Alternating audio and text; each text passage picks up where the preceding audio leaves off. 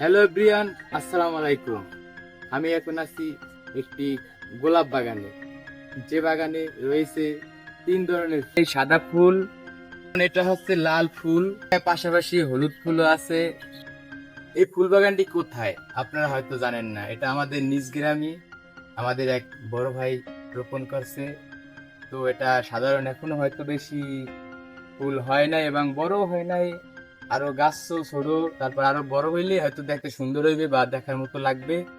তো এ জায়গায় ফুল সে এখন তোমার বিক্রিও করে নাই, আরো হবে তারপরে দেখার মতো, মনে করেন যে খুবই ভালো লাগতেছে গোলাপ বাগানটার ভিতরে ঢুকে। এটা আছে আমাদের এলাকায়, তবে লোকেশন বলা যাবে না, তা গোপন থাকবে।